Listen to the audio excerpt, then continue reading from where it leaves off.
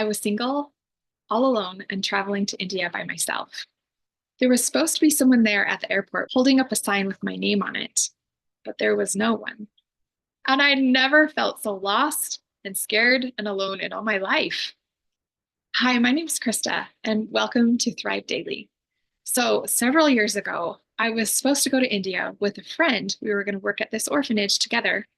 Long story short, she ended up going home, and I went to India all by myself, which was nerve-wracking, but I had traveled a lot at that point in my life. So I was like, okay, I can do this.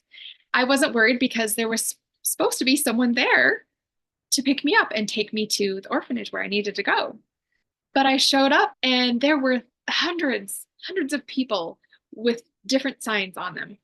Not one of them had my name on it. Not one of them. I was really worried. And so what did I do? Well, I'll tell you what I didn't do. I did not call my parents because I knew they couldn't help me. And that would just make them super nervous and worried. So I ruffled through my backpack looking for phone numbers for the organization that I was working with. I found a number. I was able to get the address for where I needed to go. And he told me very, very clearly over the phone, make sure you don't get in a rickshaw, make sure you get in a taxi. So I go about trying to find a taxi. And this guy assured me over and over, yes, I'm a taxi. Yes, yes, taxi, taxi. Come with me, come with me. And I didn't have it in me to argue or to second guess. I just went with him. And he was definitely not a taxi. He was a rickshaw driver. But at this point, I don't even care anymore. But I showed him the address and I said, do you know where this is? And he said, yes, I know where that is. No problem. No problem. And so I was like, okay, here goes nothing. So I climbed in the rickshaw and we were driving for quite a long time. And I honestly thought he was going to take me out to the desert and rape and murder me. And that was going to be the end for me. I really thought that that's where this was headed. And to be honest, emotionally at that time in my life, that didn't sound like such a bad option.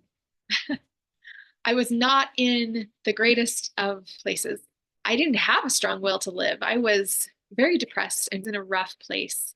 So I had just kind of let go. I was like, you know what? If this is the end for me, here it is. Here we go. I didn't have it in me to care that much.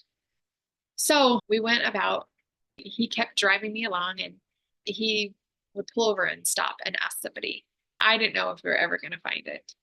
I cannot explain the relief that I felt when I saw the words in English on the fence, Rising Star Outreach.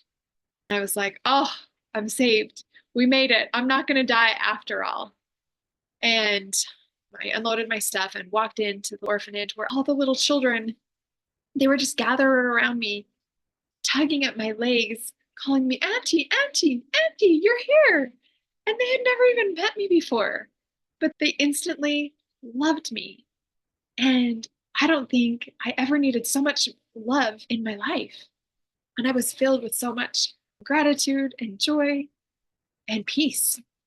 And it felt like a miracle that I was there, that I was alive. And I proceeded to have a really wonderful experience, so rough at times, with those incredible children in India, which was life-changing for me. So why do I share this story? I share it because sometimes in our lives, we come up against times of desperation where we feel like all hope is lost, where we feel like it's the end, where we don't understand how we're going to get out of this situation. But then we figure it out, we solve the problem, we get to the other side of it. And most of the time, everything turns out. As mothers, this happens every day, right? Some big crisis, some desperate, dire situation where we don't know what to do. But I just want to let you know, and I want to reassure you today that no matter how bad it is, there's always a way out, that there is a solution. And as you look for it, those answers, they will be there every single time. Even if your child falls and breaks his leg, even if the dinner gets burned, even if your house gets broken into, or there's a fire, no matter what's going on, there's always help. There's always answers waiting for you and available for you as you look for them and keep your mind open to them. So I hope this has been a positive, uplifting message for you today. And if you know somebody who could use this message, please share it with them. And if you would like more resources on how to thrive daily as a please visit mycorenourishment.com and have a wonderful